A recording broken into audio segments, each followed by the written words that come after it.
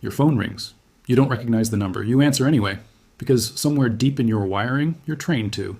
You press the phone against your ear and say, hello, and then nothing. Not a voice, not a breath, not even static, just a hollow, suffocating silence.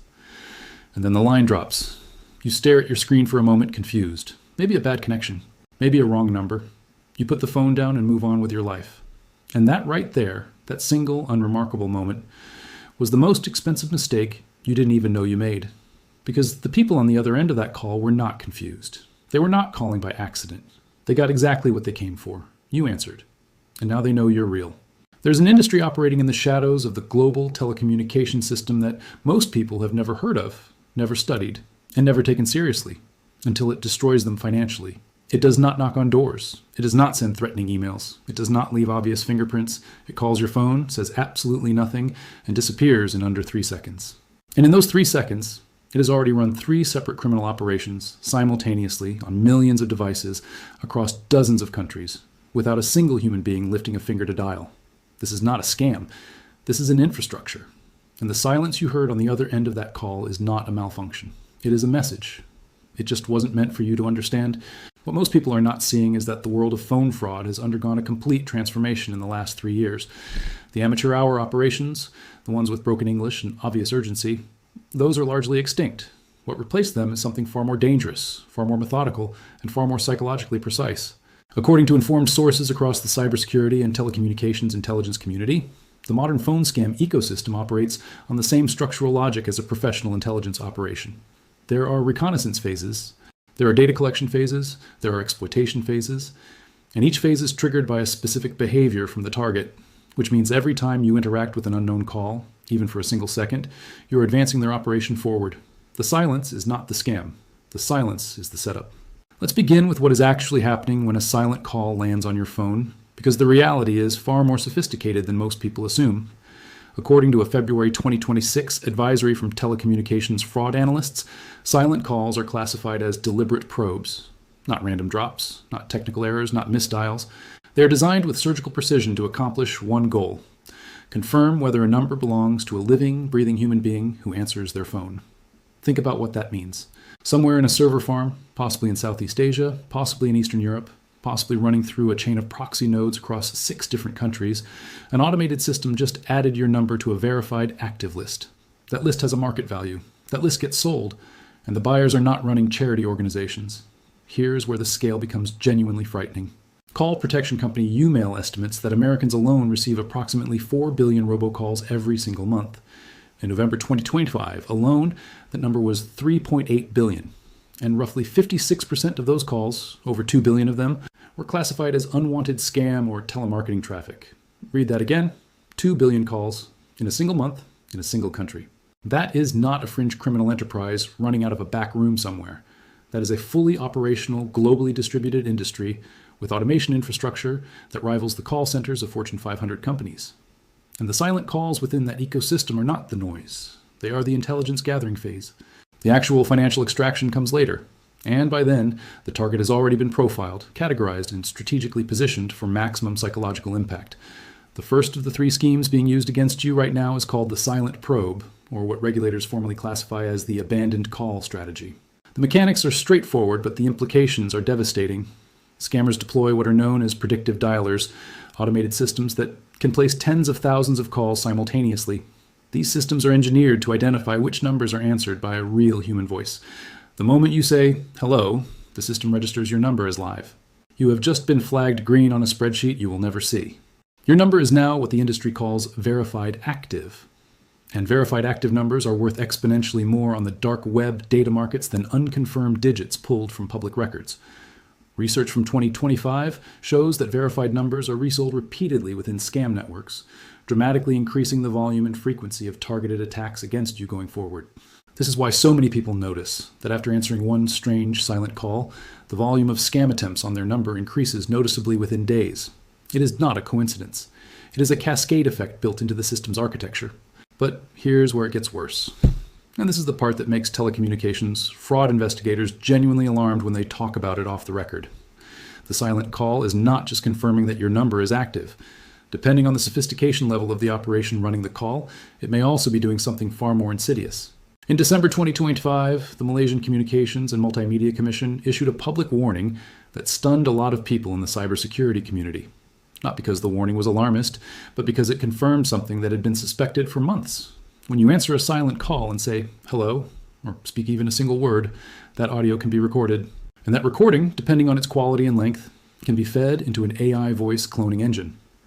According to research published by Trend Micro in 2026, modern AI systems can now clone a human voice using as little as 3 seconds of audio. 3 seconds. 1. Hello is all it takes. And what they build from that 3 seconds of your voice is a weapon they will use against the people who love you most. This is the bridge between the first scheme and the second, and it is the connective tissue that makes the entire modern phone fraud ecosystem so extraordinarily dangerous. The silent probe is not the endgame. It is the acquisition phase. And what it acquires, your confirmed active number, your voice sample, your behavioral response patterns, your willingness to answer, feeds directly into the next operation, which is something far more emotionally devastating in its design. They call it the virtual kidnapping scam, though researchers and fraud analysts in 2025 and 2026 have increasingly labeled it the family emergency clone attack. And understanding it requires you to set aside everything you think you know about how scams work, because this one does not target your logic, it targets your love. Here is how it unfolds. After your number has been confirmed as live and your voice has been captured, even briefly, the system passes your data to what intelligence analysts describe as the exploitation layer of the operation. This layer runs AI-powered voice synthesis to construct a replica of your voice capable of saying anything: your tone, your accent, your speech patterns, your emotional register.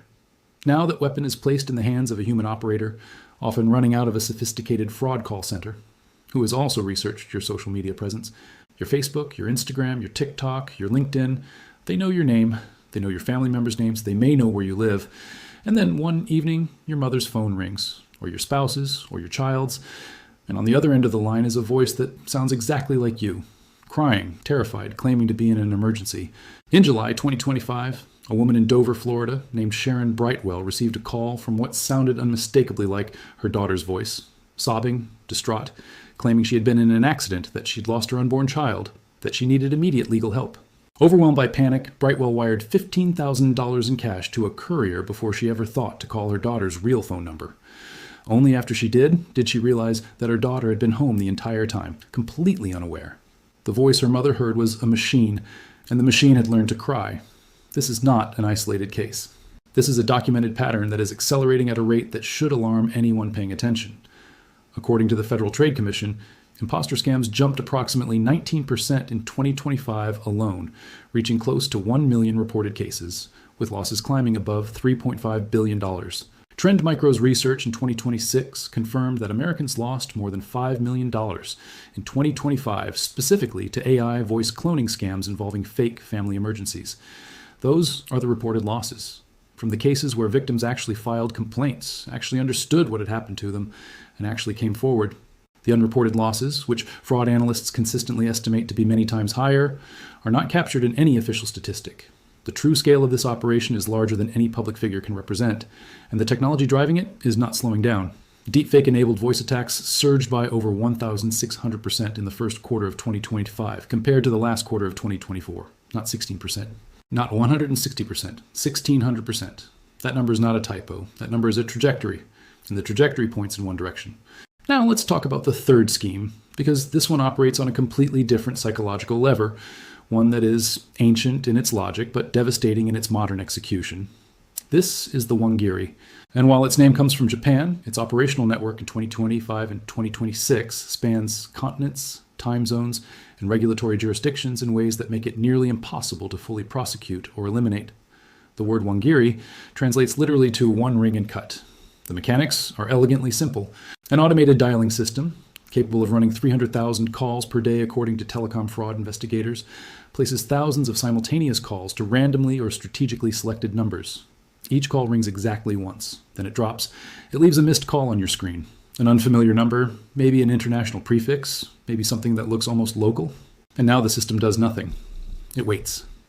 Because it knows something fundamental about human psychology. We do not like unanswered questions. We do not like the feeling that someone was trying to reach us and we missed it. It might be important. It might be a job opportunity. It might be a family member calling from overseas. So we call back, and that is when the trap closes. The moment you dial that number back, you are connected to a premium rate international line, and the per minute charges begin accumulating instantly, often at rates of several dollars per minute. The charges flow directly to the criminal operation that controls the premium number, which has its own revenue sharing agreement with a compromised or fraudulent telecom intermediary in the country where the number is registered.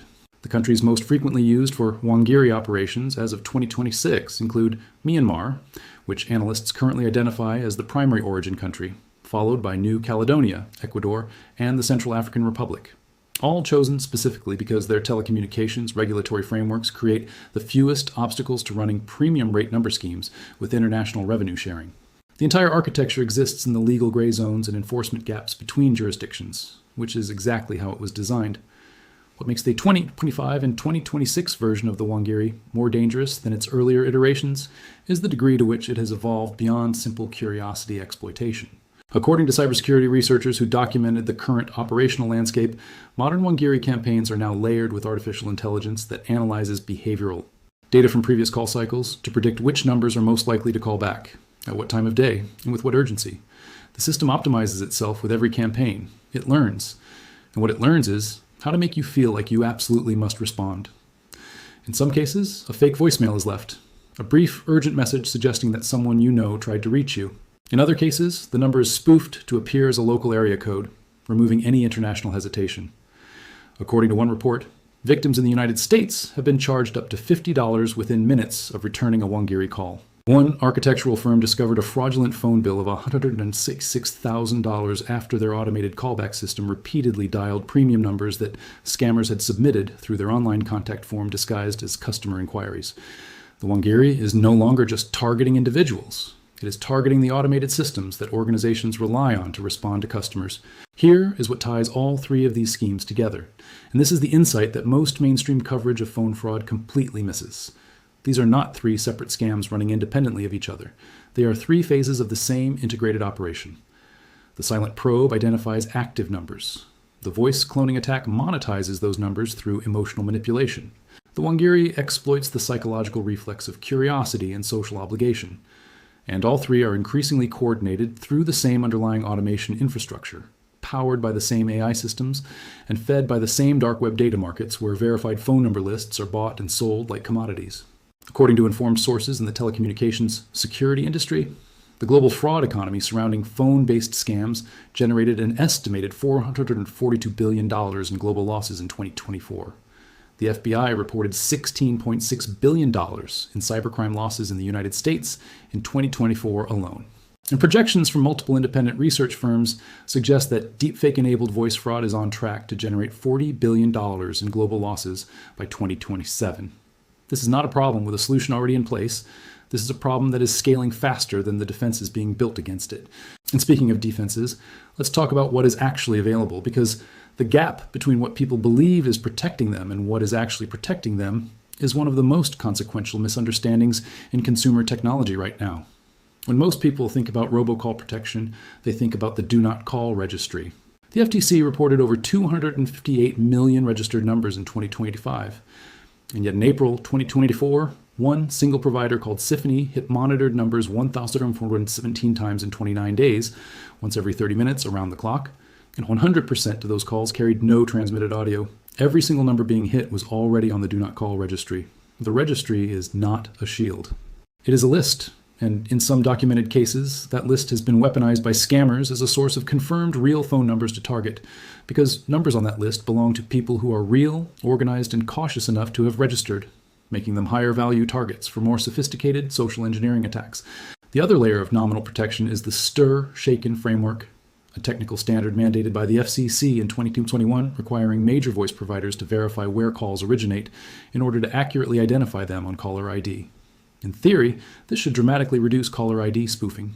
In practice, according to telecommunications, fraud analysts who track implementation, as of 2026, only 44% of phone companies have fully deployed the required Stir-Shaken authentication systems, less than half, which means that spoofed caller IDs, the technical foundation on which Wangiri scams, silent probes, and voice impersonation attacks all depend, remain completely trivially easy to execute at scale across more than half of the telecommunications infrastructure in the country. The system designed to protect people from this is less than halfway implemented, and the criminals running these operations know exactly which gaps remain open. There is also the question of what AI has done to the detection problem on the consumer side. For decades, there was a reliable rule that people trusted.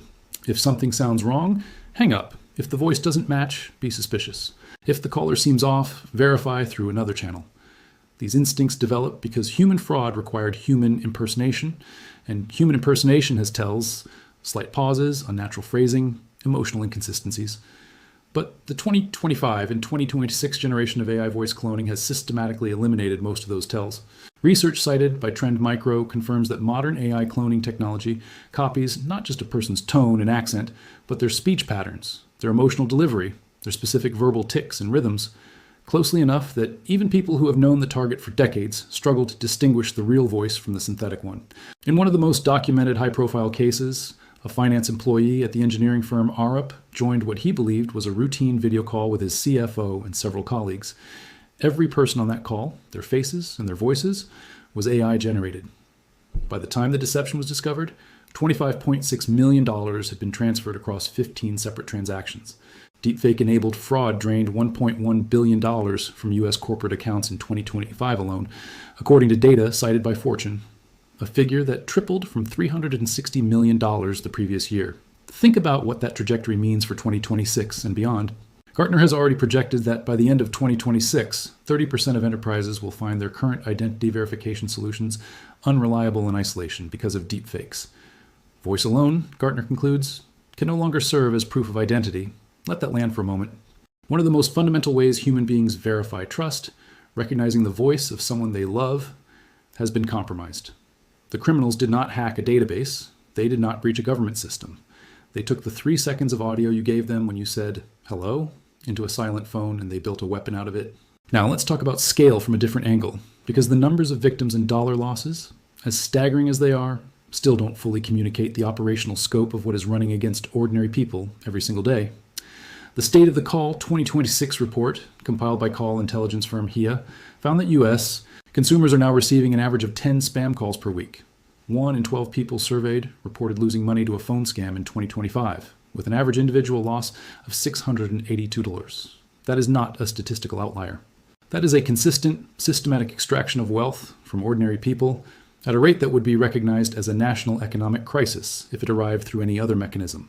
But because it arrives through a device that sits in every pocket, because it exploits behaviors that feel voluntary rather than coerced, and because the victims often feel a profound sense of shame and embarrassment that discourages reporting, the true economic damage from phone-based fraud remains dramatically underrepresented in public discourse and policy response. And this is the part of the story that the people running these operations are counting on. They are counting on the silence, not just the silence of an unanswered hello on a probe call, but the institutional silence of a society that treats phone fraud as a personal failure rather than a systemic attack. The 68% of Americans now receiving scam calls at least once a week are not experiencing a personal problem. They are experiencing the output of a coordinated global criminal infrastructure that has invested heavily in technology, automation, and psychological research specifically because the returns are extraordinary and the consequences remain relatively limited. According to fraud research published in early 2026, AI-powered scams surged 1,210% in 2025 overall, and impersonation scams specifically grew by approximately 1,400% that same year. The criminals are not hitting a ceiling, they are finding a floor. Here is what else the informed sources are saying, the part that does not typically make it into the evening news segment that gets 90 seconds between the weather and a human interest story. The dark web ecosystem surrounding phone number data has become extraordinarily sophisticated. When a verified active number gets flagged by a silent probe campaign, it does not simply go onto one list. It gets categorized, it gets scored. Analysts inside cybersecurity firms who have studied this market describe a system where numbers are ranked by response behavior, how quickly the target answers, at what times of day, how many rings it takes, whether the target speaks immediately or waits. These behavioral signals tell the buyers of that data a tremendous amount about the psychological profile of the target.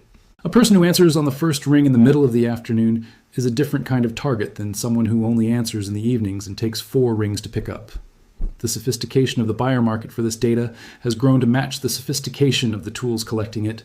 Voice cloning is now formally identified as the top AI fraud attack vector globally.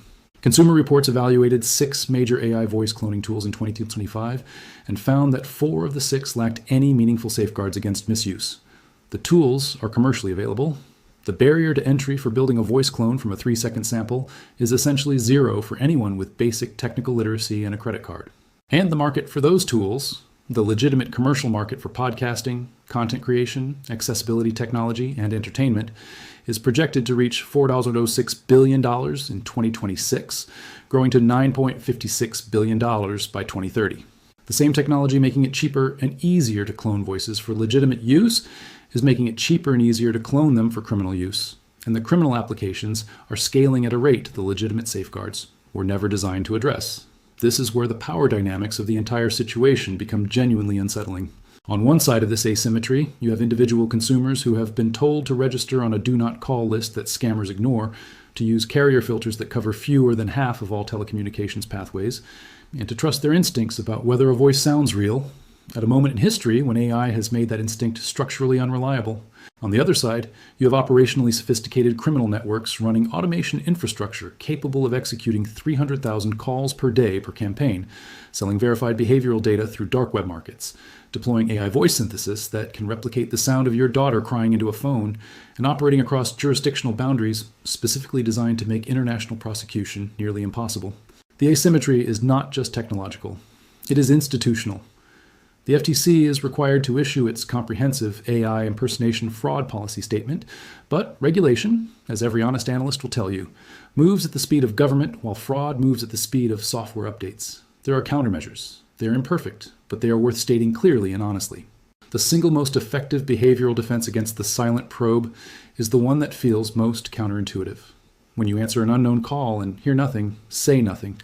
According to fraud researchers who have studied predictive dialer systems, remaining completely silent after answering prevents the dialer from confirming a live human is present, and the number may be flagged as unproductive or removed from active rotation. A single hello is confirmation enough. Silence denies them the signal. Beyond that, allowing unknown calls to go to voicemail eliminates the probe's ability to flag your number at all. Legitimate callers leave messages, and scam systems rarely do.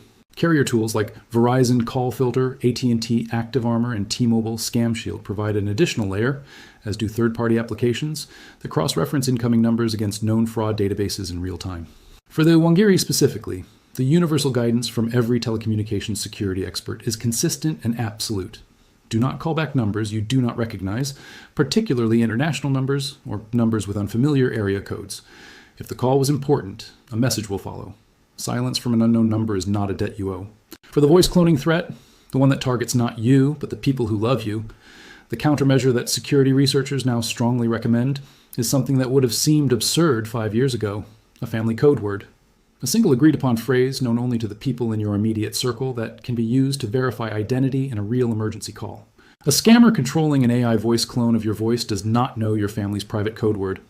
That word, used consistently and without embarrassment, is currently the most reliable human layer defense against the emotional devastation of a family emergency clone attack. It cannot be spoofed. It cannot be synthesized. It exists only in the shared private knowledge of people who actually know each other. In a world where AI can replicate your voice, your face, and your emotional tone, the things that remain unbreachable are the things that exist only in genuine human relationship. Silent calls can and should be reported to donotcall.gov. And those reports feed directly into the pattern analytics used by enforcement agencies to identify and disrupt illegal calling campaigns. The FTC's June 2024 alert remains operative. If anyone calls you claiming to be from your bank, from a government agency, or from any authority figure, and they ask you to move money, share a verification code, or take immediate financial action, regardless of how real the voice sounds, regardless of how credible the caller ID appears, it is a scam. Full stop. The instruction to transfer money under urgency is the universal signature of financial fraud, and no legitimate institution in the world operates that way. But here is the uncomfortable truth that has to be named directly, because this is where the analysis has to go beyond advice columns and consumer tips. The 3 schemes described here, the silent probe, the AI voice clone attack, and the Wangiri callback fraud, are not being run by rogue individuals. They are being run by organizations. Structured, hierarchical, technologically sophisticated organizations that have business models, operational layers, staffing hierarchies, and reinvestment strategies.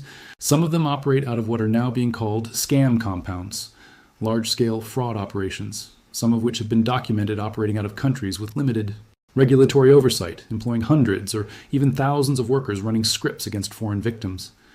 The scale of labor, technology, and capital investment required to run operations that produce 2.2 billion fraudulent calls per month in a single country represents an economic undertaking of genuine industrial proportions. This is not petty crime. This is an industry. And the industry is growing. Deepfake-enabled scams are projected to cause $40 billion in global losses by 2027. AI scam operations surged 1,010% in 2025 alone. Voice phishing attacks are up 442%, comparing the second half of 2024 to the first half. The trajectory is not ambiguous. The only questions that remain open are, how much worse does it get before the institutional response catches up to the operational reality? And what does it mean for ordinary human trust? The baseline assumption that a voice you recognize means a person you know, in a world where that assumption has been irrevocably broken? The silence on the other end of your phone is not empty. It is full of calculation. It is measuring your response time, recording your voice, updating your behavioral profile, and passing your data forward to the next phase of an operation you may not encounter for days or weeks or months. And when that next phase arrives, it will not come in silence. It will come in a voice you love in a moment of manufactured crisis, with a request that feels like the only possible right thing to do. The people running these systems are not betting on your greed. They are betting on your love, on your loyalty, on the deep human instinct to protect the people who matter to you at any cost, in any amount of time they give you to think it through. The question is not whether this will happen to someone you know. The question is whether, when it does, you will recognize the silence for what it is. Not a glitch, not a wrong number, not a dropped call, but the opening move of an operation that was designed, tested, refined, and executed specifically against the person you are at the moment you are most likely to be vulnerable. The real scam was never the call. The real scam is everything that happens after you answer. What comes next? The next generation of these tools, the next evolution of synthetic voice technology, the next phase of AI integration into the fraud pipeline is not a question of if. The $40 billion projection is not a worst case. It may be a floor. And the next call that comes in silent, that rings once and drops, that leaves a missed call on your screen from a number you almost recognize. That call is already part of a system that has been thinking about you longer than you have been thinking about it. Think about what that means. And then think about who else in your life needs to know it before the call that changes everything arrives. And the voice on the other end sounds exactly like someone they would do anything to protect.